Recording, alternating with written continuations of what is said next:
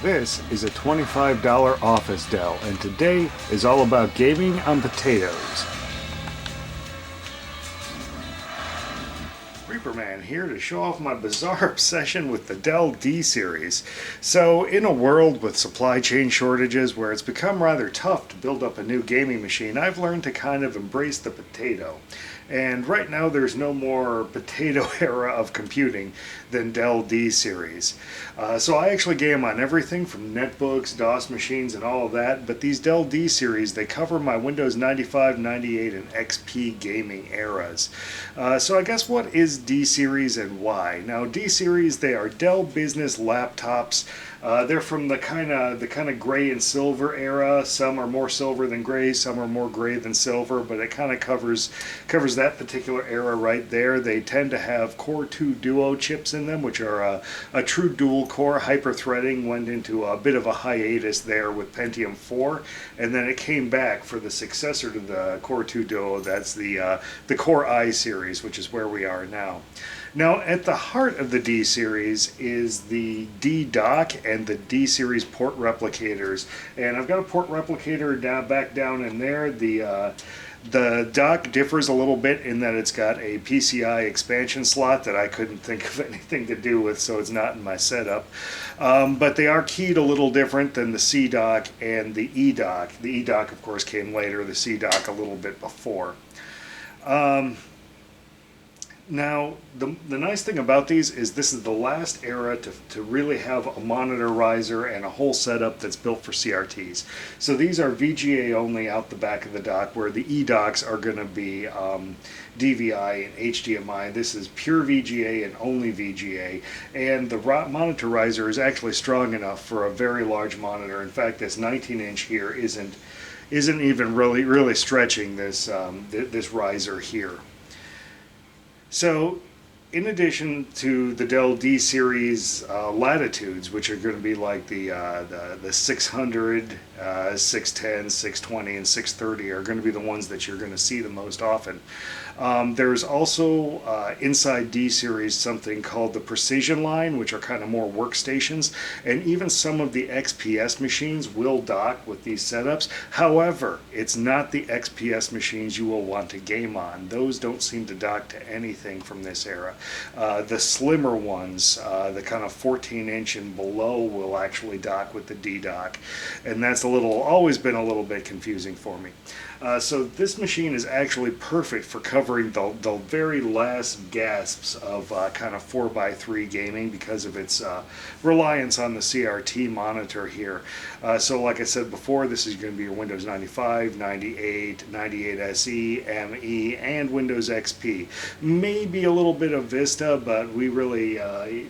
These machines were built for Vista, but I would not recommend gaming in Vista because these were not powerful machines for their own era. They only become powerful when you go backwards a little bit with them.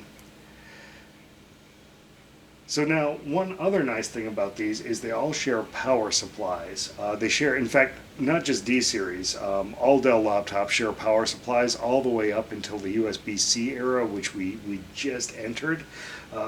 But more specifically on the D-Series, they're much easier to work on than modern laptops. They have lots of access doors. They come apart quickly. The E's are okay, but they tend not to have bottom and side panels.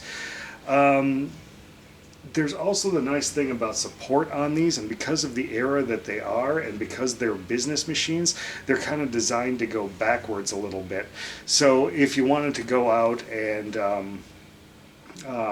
so these are from a little later era than XP, but because of the business, you've got great XP drivers. In fact, if you wanted to do XP64, it's honestly an option. I don't do XP64 because I need drivers for a lot of other things, you know, like controllers, like the Logitech and Cytec game controllers, and like the media stuff and all that. So I really don't touch XP64 with this thing, which means, of course, that I am capped at about 3.1 gigabytes of RAM. That's a phenomenal amount for Windows XP. Thing boots in like 5 seconds off of an SSD, of course. Now, speaking of SSDs, I've heard it said that you don't get trim in Windows XP, and you don't. You will probably want to build up your own copy of Windows for this when you install it, which will have the Dell drivers slipstreamed in there and the IBM drivers for SSDs, and that's going to give you your trim and all of those nice to have durability functions, as well as not having to hunt for drivers with Wi-Fi and such. You can get these online because of the now dependence on SSL, well, TLS now.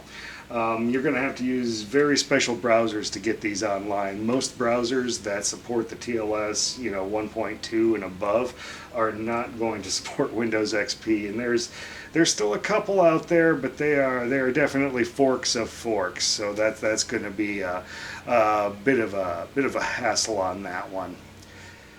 So I mentioned this CRT, and this CRT is a great way to game. Now, most of the Dell D series, they're laptops, of course, so they have an onboard screen. Now, there are some 4x3 onboards, but most of them are going to be 16x9s. Doesn't matter, I use them as an easy thing to slot into the dock to play on this monitor. Now, this is a beautiful monitor. It will go all the way up to 1600 by 1200. Right now I'm running at 1024 by 768 just to keep it moving a little bit more sprightly here. And I usually run at 85 hertz because I've dropped the resolution. I now have some more frame rate I can play with. However, for the filming, as you notice, I am down to 60. Unless I've completely screwed this up and this monitor here is flickering like mad, but it does not appear to be. So 1024 by 768 seems to be the sweet spot for these things. Inside this one, this is actually a Dell Precision, there is an NVIDIA 360 with 128 megabytes of RAM, and that is more than enough to handle anything on XP. In fact, if I managed to find one of the very few with 256 meg, I could probably go up to early PlayStation 3, Xbox 360 era on this. But again, since you're getting away from the 4x3 gaming, the UI elements will start to look wrong on those. So I don't really like that one so much. I guess I'll give a little bit of a tour of my setup here. So I've got my media remote, my Xbox 360 controller, my Period Correct D-Series keyboard here, kind of a color coordinated flight stick, and I've even got a little laser mouse over there. I do run a variety of operating systems in these, so I have a whole stack of D-Series Dells. I will just kind of pivot the camera up, and I either swap out the entire machine or I do swap out just the drives. They just pop out, and I have a bunch of, clearly have a bunch of drives and a bunch of faceplates. Looks like I don't have to crank this thing up too high. I got my big D-Series stack right here. This guy's a little narrower because he's a D600. So he's not quite as wide as the rest of these down here, and these are going to be mixtures of the NVIDIA ones and the Intel chipsets on them. Now, if you're going to the thrift store and you happen to find like a school dumped all theirs, they're all going to have the Intel chipset, and that Intel chipset is going to be good. You'll want to load XP on the machine, but keep yourself to probably Windows 95 and 98 games, and there are some good options in there. You can do Hydro Thunder or Star Wars Episode 1 Racer. By the way, the GOG install works great on these. GOG installs in general work great on the 95 and 98 era games. I do not recommend their DOSBox games on these so much because I don't know if their build of DOSBox is going to like XP so well here. But as you can see, I've got a big stack of machines here. They all take the same power supply, they all take the same drives, they all take the same RAM. It is a very nice thing to get into. You can build up a variety of them. Whereas contrast that with the 1 HP I decided to bring into my life, and unfortunately it is just obnoxious to try and use that thing. It doesn't dock to anything. There's no port on the bottom, and it takes a weird power supply. It's just not worth doing. I really like the Dells because it's always possible to find Dell stuff around because offices just throw them away. Alright, so let's close this thing up and get this thing over to the bench and have a look at it. Okay, and here we are back at the workbench so we can have a look at these. This unusual guy up here that has the monitor and keyboard ripped off of it, this is actually the one that we were looking at downstairs. This is my main hot rodded unit, and this is the one I do most of my gaming on. I actually have an identical one version of it with the keyboard and the screen installed. This one I actually use for travel, but it's not on right now because the secondary drive I have slotted into the optical bay needs to be put into this one for it to be operational. Actually, I'd probably pop all the drives in it. I usually just label my drives with which system they go with. It doesn't really matter all that much, but there are slight variances in, you know, network drivers and that kind of stuff. And the version of Windows I use does have all of those drivers on it. I just don't want it to have to hunt them down and install them when I pop a thing in, so I kind of keep them machine specific. Anyway, looking at the bottom here, we actually see the Dell D port. Now, some of the older ones of these, they actually have little flaps that cover them up. This one will do that. I might be showing a picture of that right now, but the big thing to remember about the D is that it has these two little rectangles here, whereas the newer E series laptops will have a rounded bottom side on them, and eventually I'll probably move up to E series, or else for that era of gaming I'll probably just buy a bunch of Steam Decks and just call that even for this era, like the Windows 10 era. Steam Deck will probably do almost all of that very well. So as you can see on the one that I tore apart here, you can see the top RAM slot is up here, the bottom RAM slot is behind that screen there.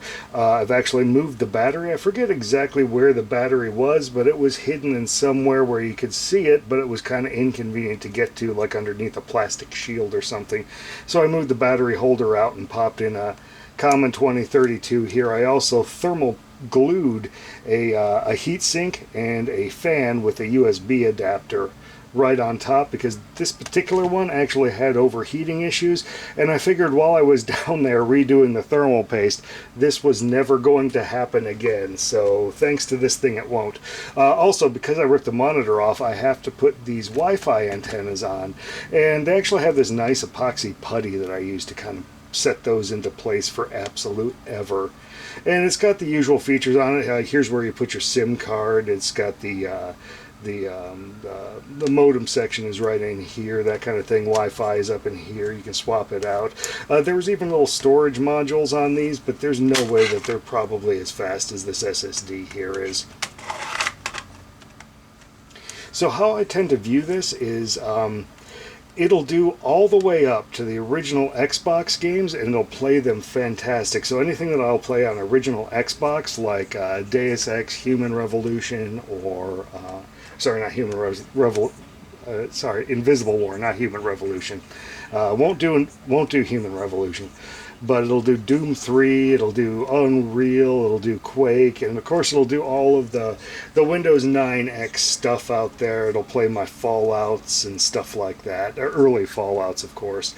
And it even almost does The Witcher, and I'm pretty sure there's one of these with the 256 that will do The Witcher. But that first Witcher isn't my personal favorite. Now, I really just have latitudes, precisions. These two are precisions. I don't have an XPS to show off, but this Inspiron will also dock with it here. And I guess that's why its bezels are a slightly different color. This is clearly meant more for the consumer market. These are meant more for kind of the professional workstation market, and these are your kind of general office computers. You're going to find a mixture of all of these in thrift stores, especially the personal ones and the low-end office ones. For example, this one was $5.99, and then I'm gaming, and like this one here. This came with a broken monitor that I took off a different one, but it was $7.99. Actually, checking that, the thing I took the monitor off of was $7.99. This was probably a little bit more. But you can even get a nice one on eBay for maybe $35, $40 shipped, and unfortunately, the one that I used here, oh, there it is. So there's a service tag on the bottom of these. Right there is this one. And you can actually go to the Dell support site. And for this era of Dell and later, I'm not sure about this guy. This guy might be slightly too old. But for this era of Dell and later, you can punch in that service tag number or the serial number, and it'll actually tell you the hardware that came in the machine originally. This is incredibly important if you're looking for the NVIDIA stuff.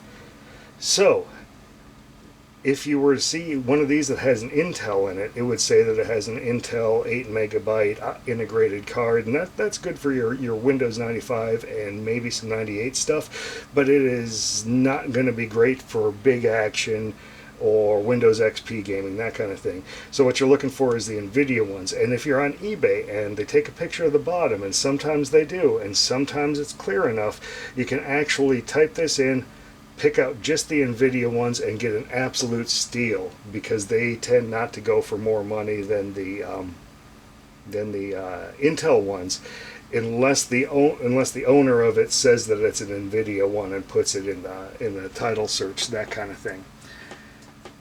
But yeah, I would say that my absolute favorite game to play on this thing has got to be Outrun 2006. I think that was probably Sega's last big branded Sega racing game.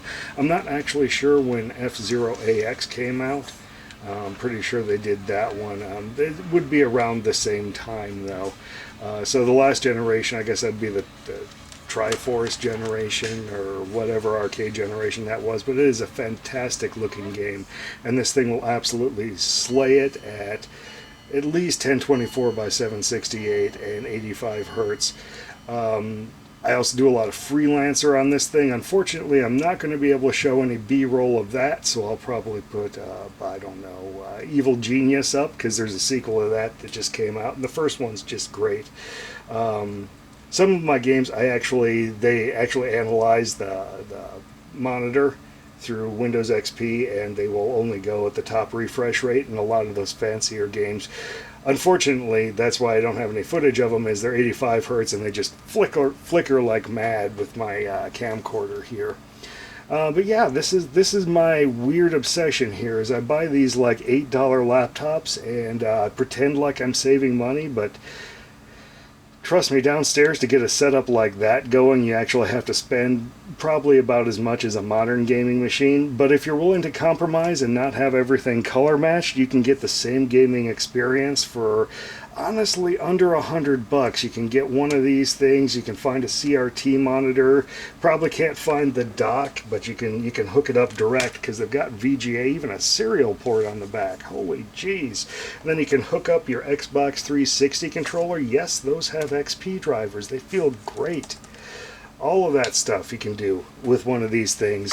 And they start about $8, and then you just kind of dump a little bit more into them, and for under $100 you can actually be gaming all the way up to about 2006 at very near max settings, depending on what your monitor supports. The higher resolutions are really going to eat into this little NVIDIA Quadro in here.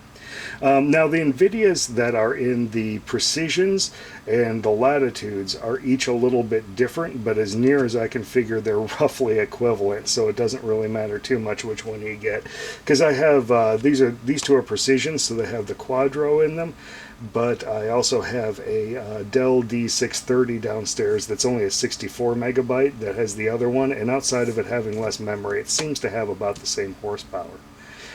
Anyway, I just shared a little bit about my weird obsession with Dell D series and gaming on office laptops. So until next time, Reaper Man out.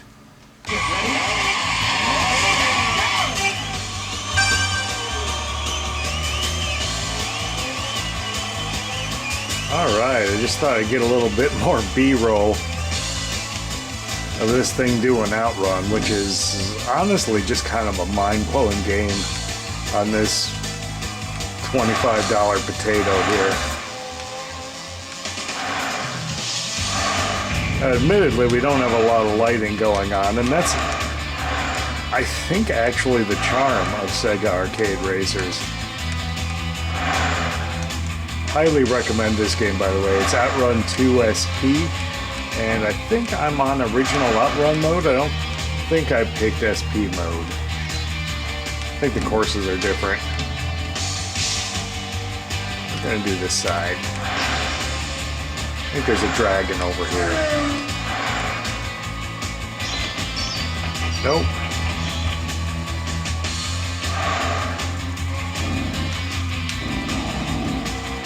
Checkpoint. Whoops. I want to go far away.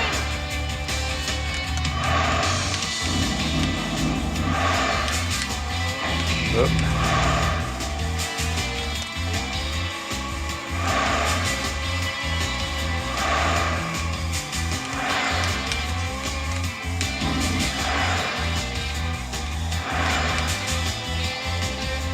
This game works just flawlessly out of the box with the Xbox 360 controller. And of course I've got the color match 360 controller that's the crazy version with the transforming D-pad because I spend way too much money on controllers. When any old $10 360 controller would work just as well.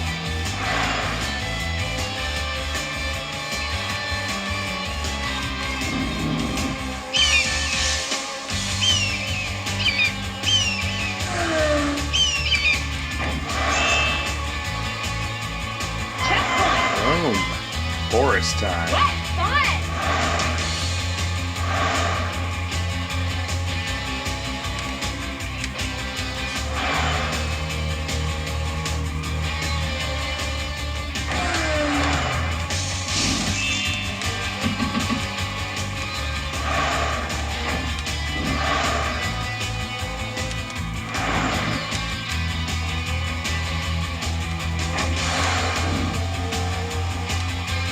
So for those expecting me to get all the way through, there's only about a 50-50 shot of that, but there's a good chance I'll be within view of the goal when it happens.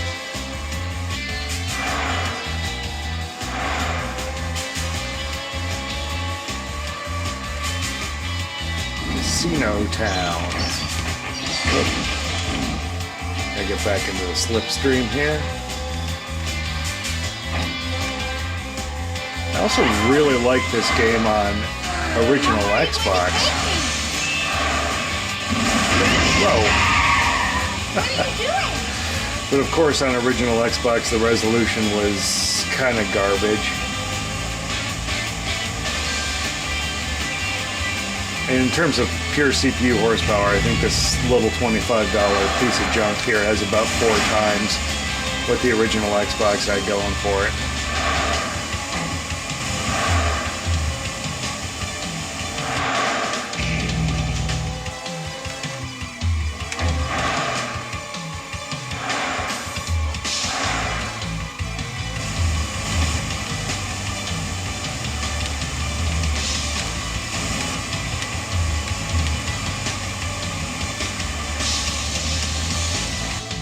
We're going to go this route. Go right down the middle of the course tree.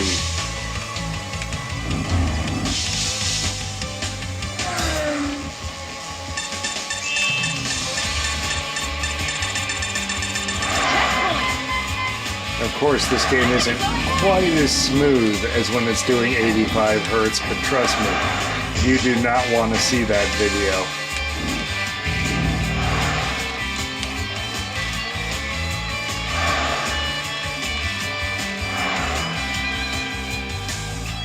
I mean, you probably would want to see that video, but YouTube doesn't do 85 Hertz, so it would flicker like mad with the refresh.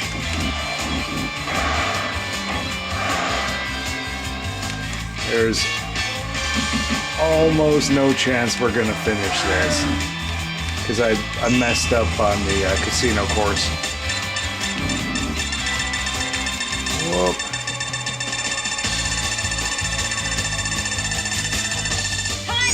Aww.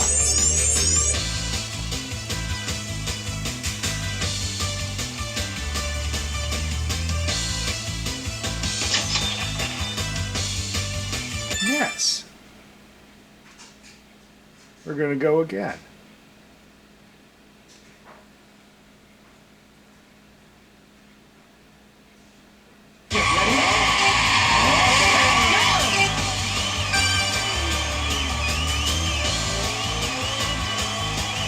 Now, Now, as you know, I like playing Space Sims, and I was doing a little bit of Wing Commander 4 in this thing earlier.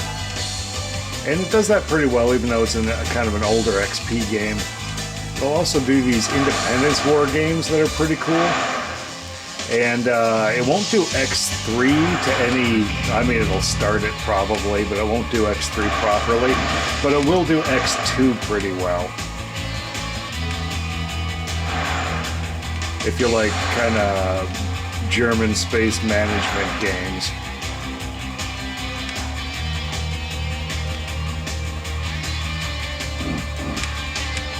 I think in this era, usually I just run the X games as a like a benchmark. They actually have that option at startup, just to see how much horsepower I have, and this does not have enough to do X3.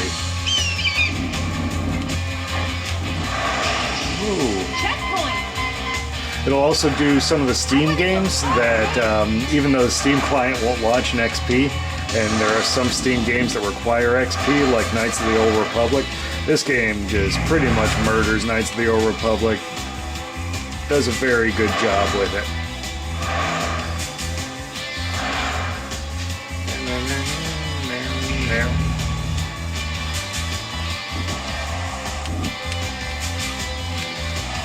You know, I don't think I like this 355 as much as I like the Ferrari Dino in this game. I don't think too many people have ever said that statement of preferring the Dino to the 355.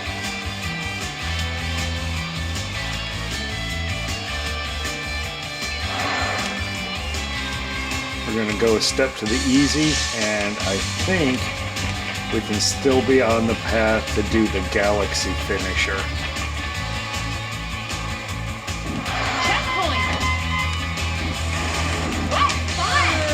Which is an absolutely lovely stage to lose on.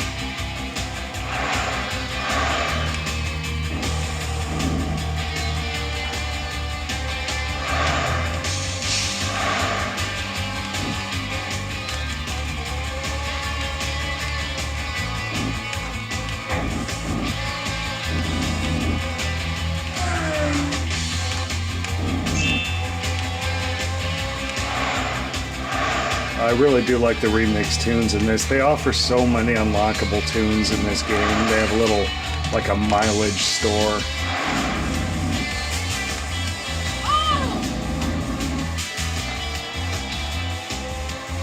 Oh, we're gonna go this way. We have to go this way for the rest of them in order to get to the kind of Galaxy nighttime finish here.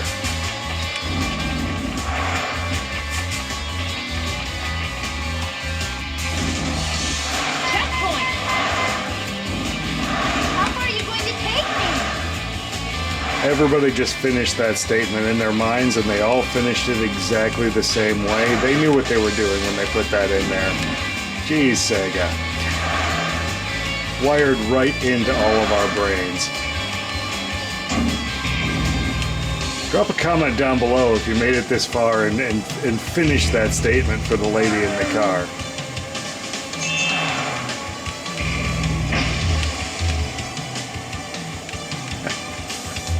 We're actually not doing anything else with this video. We're just watching me play games, and then we're gonna fade to black here whenever I lose this race.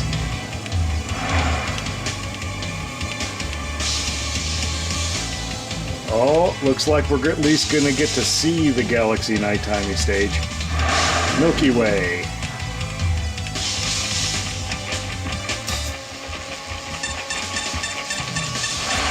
Oh, that's not good. We will not finish this stage, but it is absolutely lovely.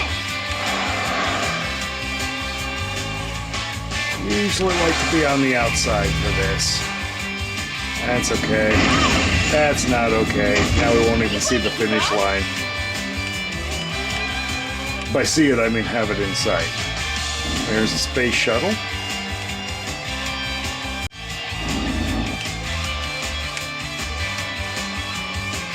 This is just a lovely level. Now, ever since I moved to New Orleans, and that was, gosh, 2006, haven't seen any stars. Too busy living in the city. Can't get far enough out. Time over. All right, so this has been my $25 potato laptop, and hopefully it's motivated somebody out there to check out a thrift store and try and game on whatever the heck they find there for laptops. Anyway, until next time, Reaperman out.